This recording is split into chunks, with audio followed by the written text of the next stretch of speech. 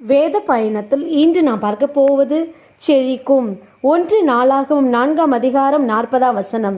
நல்ல செழிப்பான மேய்ச்சலையும் அமெரிக்கையும் சுகமும் உள்ள விசாரமான தேசத்தையும் கண்டுபிடித்தார்கள்.